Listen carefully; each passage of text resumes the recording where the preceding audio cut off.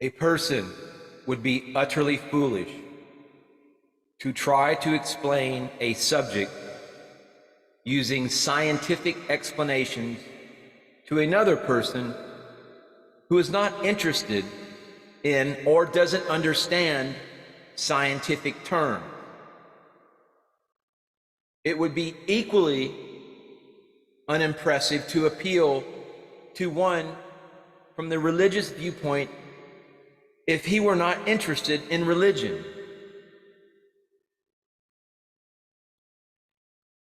The materialism of the present society of the masses in this Kali Yuga is evidence that even the most unreligious of individuals has a desire to worship something. So he worships matter. The materialists think they are the more advanced people in an otherwise scientifically ignorant society. The most devout religionists lean the other way and believe their heavenly point of view is the correct way. Actually, both are wrong and both are right from a neutral perspective, from a neutral point of view. The Christ taught the middle viewpoint. And the best way to really understand anything is to examine your own opinion from the opposite point of view. It is my goal to offer as evidence to you, my most dear, noble, and esteemed viewer,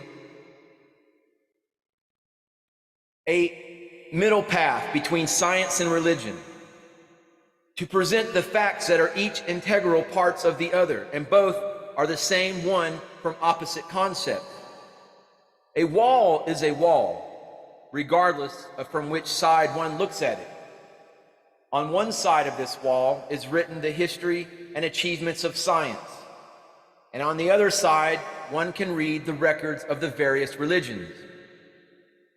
There is only the one principle of creation, but there are many roads to finding this grand principle.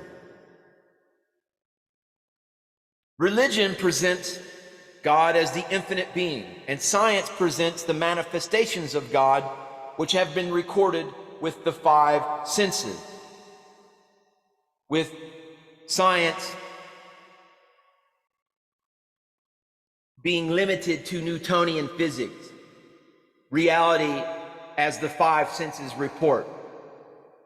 And we know, I know, speaking for myself, that they have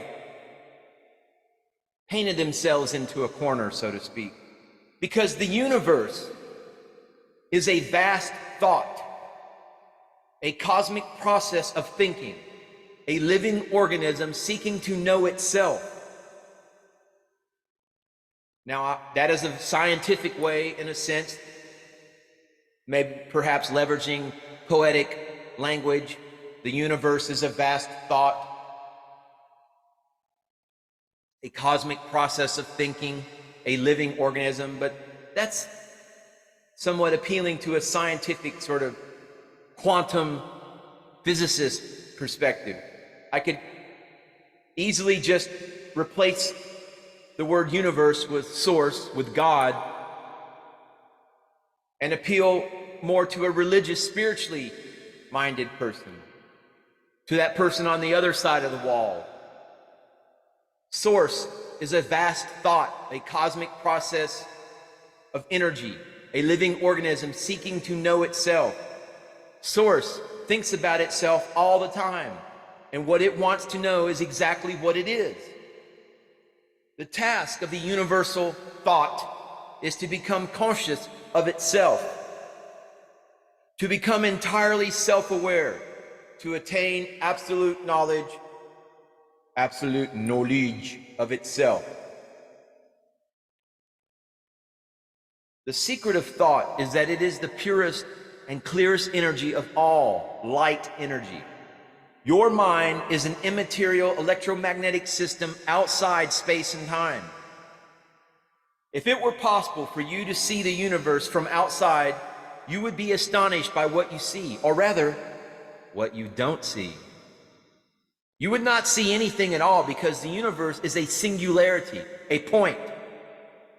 This entire vast universe that we think we inhabit is just a thought inside a mind, which is itself nothing but a dimensionless point.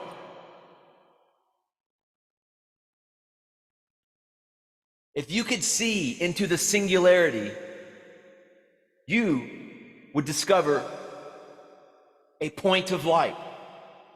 If you could look into the light, you would discover that it is an incredible dynamic system of vibrations and frequencies, forming endless kaleidoscopic patterns.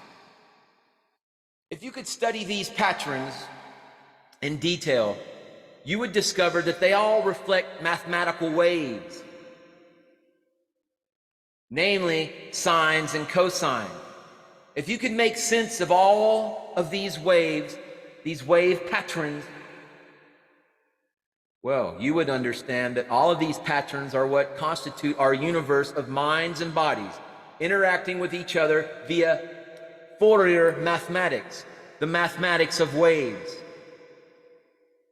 Literally everything that happens in the universe is a product of wave interactions occurring within a singularity of light. There is nothing else. Sinusoids are light. Light is thought. And this universe is nothing but a vast collection of thoughts provided by minds that can think both individually and collectively. Each mind is itself a light singularity, and the collection of all minds is a light singularity with a capital S. The light singularity is trying to make itself pure light, perfectly arranged light. Light so perfectly aligned that it becomes the expression of perfect thought, pure reason, and can solve every problem instantly. It's through the acquisition of perfect knowledge that it becomes fully conscious of itself. Perfect light is what religious types call God. God is not an individual being. God is a composite being made up of all of us, fractals of source. We are all nodes. We are all fractals of God, and God is made complete through us. If you, my dear and most esteemed viewer, are in accordance and agree and concur with that notion that I just expressed, please, by all means, hit the subscribe button, leave this video a thumbs up, and stay tuned for further transmissions from the Umbanda New Earth Ashram for compassion and strength. Namaste, Namaskaram.